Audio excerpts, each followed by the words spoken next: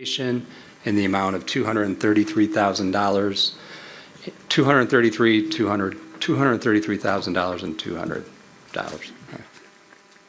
Messing that up. So, and that's going to reimburse the town of West Hartford for planned infrastructure improvements, including the installation of accessible pedestrian signals and countdown signals throughout town.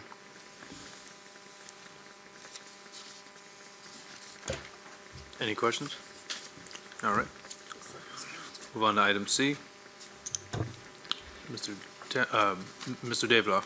I'm going to have to recuse myself from the discussion on item C, as I currently serve as the president of West Hartford Fellowship Housing and vice president of the Development Board. So I'll just move to a seat there and then come back. For the record, Mr. Davidoff is recusing himself from this discussion. Deputy Mayor, I'll turn this over to our Deputy Corporation Counsel for an explanation. Good evening, Gina Verano, Deputy Corporation Counsel. So we were approached by West Hartford Fellowship Housing with respect to the property that they own at 60 Starkel Road.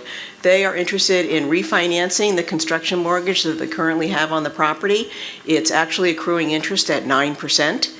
So they want to refinance that and pull out some equity. They also want to create another entity to assign the current lease to. So the approval that they need is to assign the lease to the third party, have the third party assume it, but also extend the term of the lease. So just by way of background, we own the underlying property, and we have a long-term ground lease in favor of West Hartford Fellowship Housing. The current lease term expires in 2066. When they refinance in 2022, the HUD requirement is that the lease term extend at least 50 years after the refinance. And so if the refinance is in 2022, the lease term needs to extend till 2072. So what we'd be looking to do is extend the ground lease from 2066 to 2072. And then we would be assigning the lease to a new entity for the purposes of executing a new agreement with HUD and a new mortgage. There'll be no change in the use of the property. The property is still for elderly and non-elderly mobily impaired individuals. If there's any questions, I'd be happy to answer them at this time. Madam, welcome, Madam Mayor. Hi. That's all right. And no worries at all. Councilor Fay, do you have any questions? Yes, please. With your water? Yes. Goodness, it always happens, right? Thank you for the overview, Ms. Verano, but what precipitated the need to refinance, or was it just to take advantage of better rates? And then what is the deployment of the equity? What purpose is that for, please?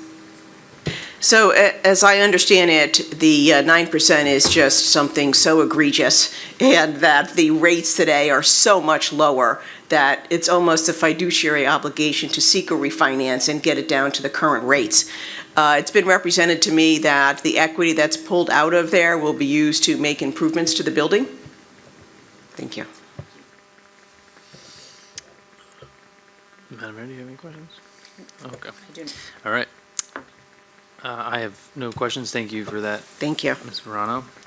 Moving to item D, responses to the 2/7/22 meeting.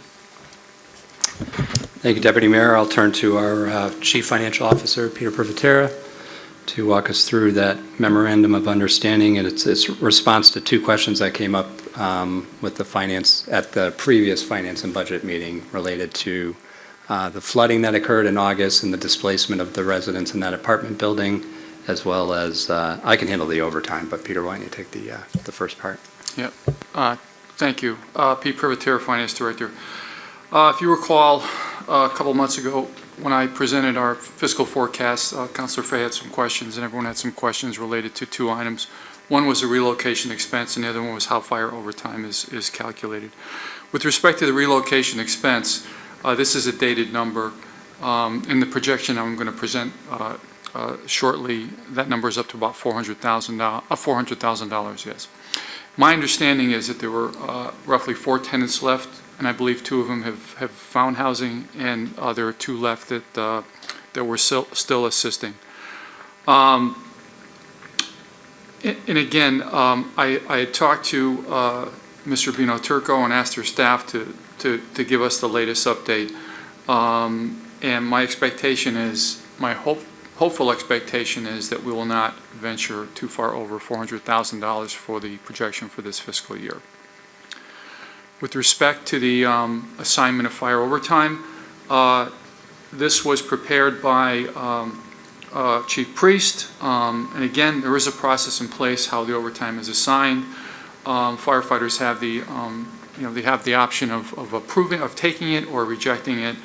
There are certain firefighters who will work overtime every time it's offered, and other firefighters who will do it sporadically. So there isn't a process that you have to be first in line. There is a rotating schedule.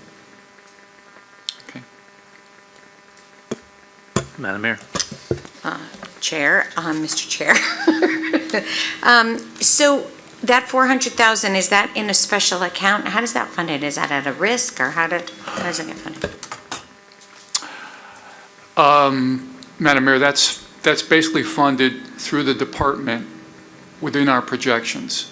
That account is overexpended. And the reason it's overexpended is because we only budgeted a certain amount during the course of the year. However, our overall projections are showing a surplus at the end of the year. So what we would do is when we adopt the budget, there's a second resolution that allows us to move surplus from one department to another to cover overages. So that is part of our overall plan. So at the end of the year, we'll move money to cover that shortfall. Thank you. Peter, thank you for that. Is there a way to create something that is more predictable in this thing, with this figure over time? I know that that's kind of a sticky wicket, but it seems to be a year after year issue. Mr. Deputy Mayor, there is not a way to this was an anomaly. I've never seen this ever, reach a point like this. I mean, usually we budget, $10, $15, $20, $30,000, and usually it's sufficient. But in this case, it involved a structure that had multiple housing units in it, and it just was a situation that we were, fiscally unprepared for. So, in terms of down the road, I think we can manage it. If something were to happen again, not to this magnitude, but to a lesser magnitude, I think we have within our overall budget, I think we can manage, manage any future situations that occur. Thank you. Madam Mayor? Just one more thought. When I had mentioned risk, to me, we self-insure. So this is something, it was a natural disaster that caused a human. Does it make any sense to do those when you have a big event like this? Madam Mayor, unfortunately, the property is not ours. And, my understanding is we could not charge something like that to our risk fund because, we don't own the property. I can certainly talk to the risk manager about it again, but if that were the case, and every time there was a disaster, or every time that there was a flooding, or every time something similar happened, we'd have to cover it through our risk fund, and I don't think that that would be an appropriate expense. Okay. Mr. Davidoff. Thank you, Mr. Deputy Mayor. I just want to have an understanding of the facts here so I can start to understand this. So there was a natural disaster that happened in August, I think, of 2021, and there were people that were living in a rental apartment building. They couldn't go back to their building because it was unsuitable for human occupation, correct? Yes, I believe the flooding in the basement, the water level was above the utilities, above the electrical panels, and that was all shorted out. So with respect to the town's the town got involved because I need to know, I don't really remember the why. And then, wouldn't the property itself have insurance with respect to, with respect to its own property, okay? To cover different types of losses. And if that was the case, wouldn't we put a lien on the property equal to the value of whatever we've expended with respect to the costs for the alternative housing for those who were displaced? Yes, Councilor Davidoff, I think this is the point in time where I look to my left to the Deputy Corporation Counsel and ask her to comment on that. Counselor Davidoff, so the town's responsibility arises through state law, which is the Uniform Relocation Assistance Act, and it requires every municipality in the state to provide relocation assistance to all tenants who are displaced by an enforcement of a building code violation. So this is an instance in where there were 26 units who were displaced, so that's at least 26 families, as a result of a building code enforcement, because they could no longer, as you said, occupy the residence because there was no electricity or other utilities available to them. The Act requires a municipality to offer emergency housing, temporary housing, permanent housing, moving expenses, and storage as well. Those benefits are offered by the municipality for each unit and up to 18 months after the event. There is a cap on one of those buckets that I discussed. It is $4,000 for permanent housing. The municipality does have the ability to file a lien against the property owner to seek reimbursement for those expenses. Such was the case here, that a lien has been filed against the property to secure the reimbursement for relocation assistance benefits. Just one other item. This particular disaster was characterized by the insurance companies as a flood event. And so most commercial buildings, residential units do not have flood insurance if you're outside of the flood zone. And such was the case here. So no flood insurance, and their property insurance, general liability, did not cover it. So uninsured. Through you, Mr. Chairman. So so the next step, so the people got relocated.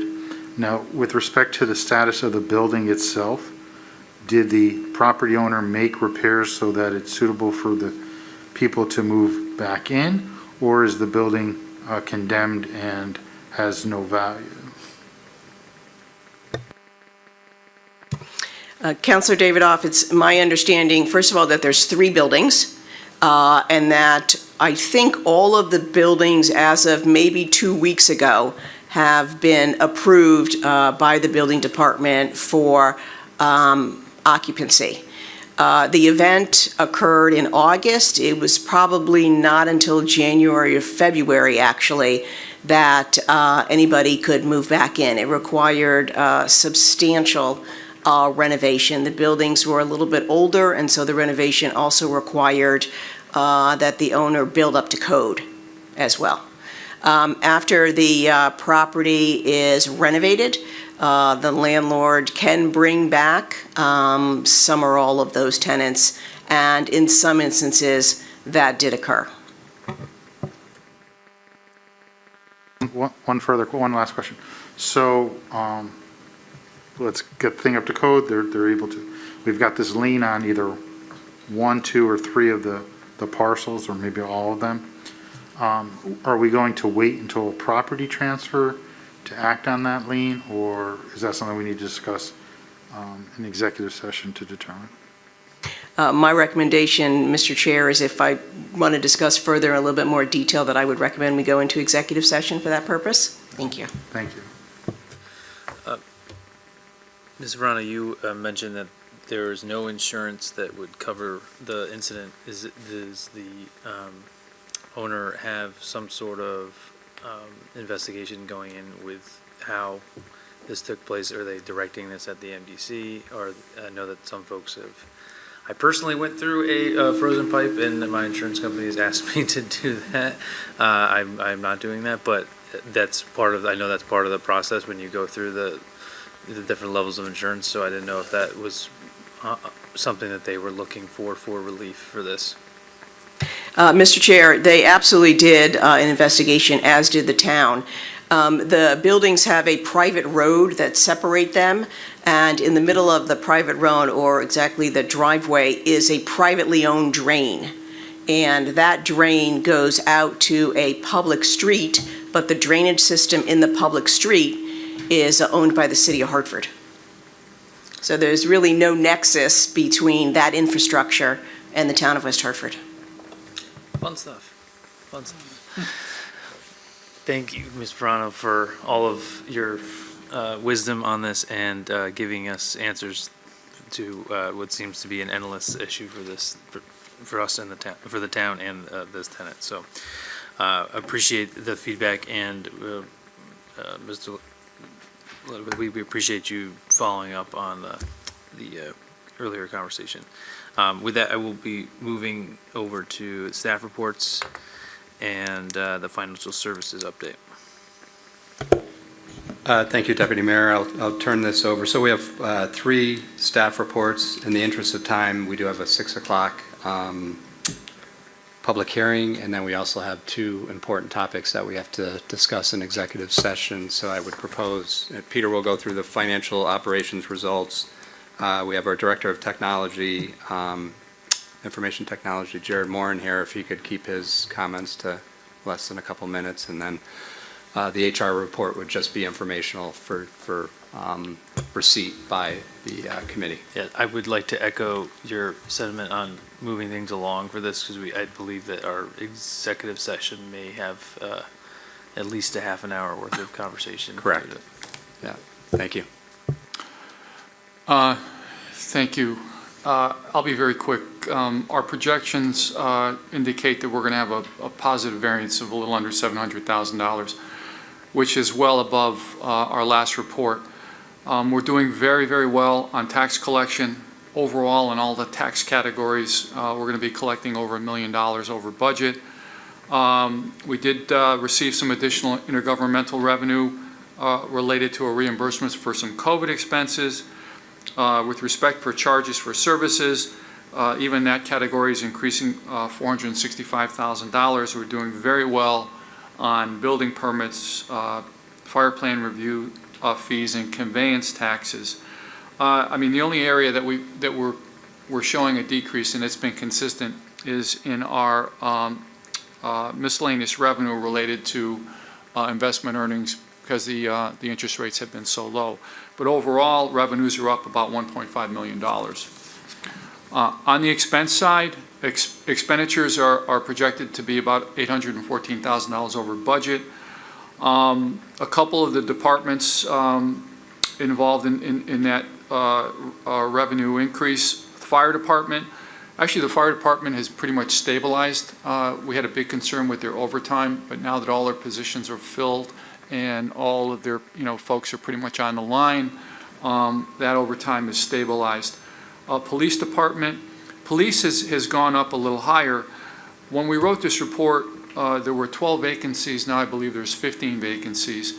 There's a few more retirements coming down the road. So, my understanding is they're still pursuing recruitments, but that's one of the reasons why their overtime is up, because they have a significant portion of vacancies in their departments.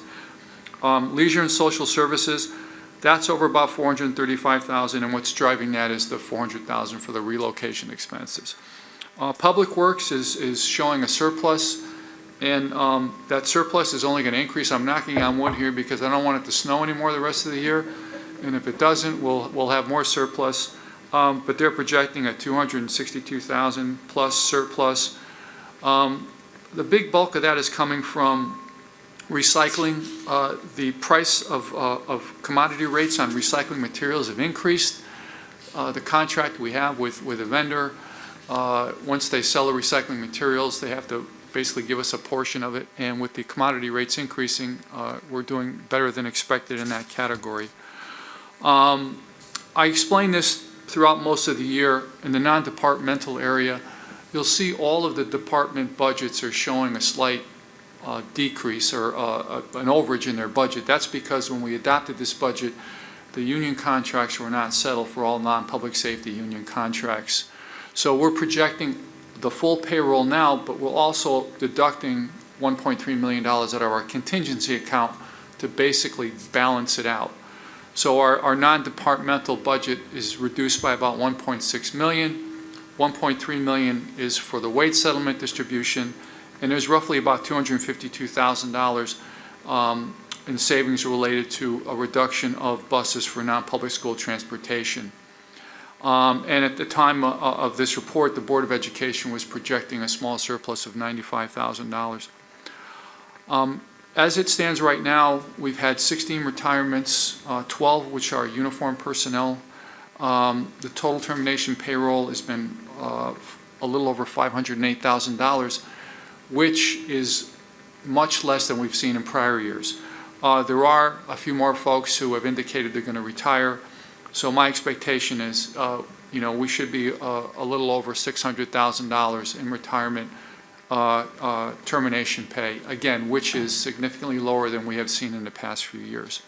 So all in all, my expectation is that this surplus will get better, and we're in a pretty good financial status situation. Thank you. Any questions? No questions, just, I think overall, very good news.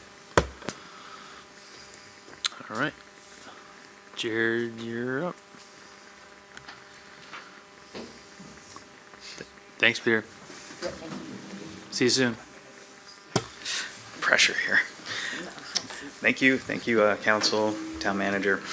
In the interest of time, I just wanted to highlight item number 6, some good news here. We just finished, as of 5 o'clock today, migrating successfully 95% of our phone numbers for the town and schools, nearly 3,000 phone numbers.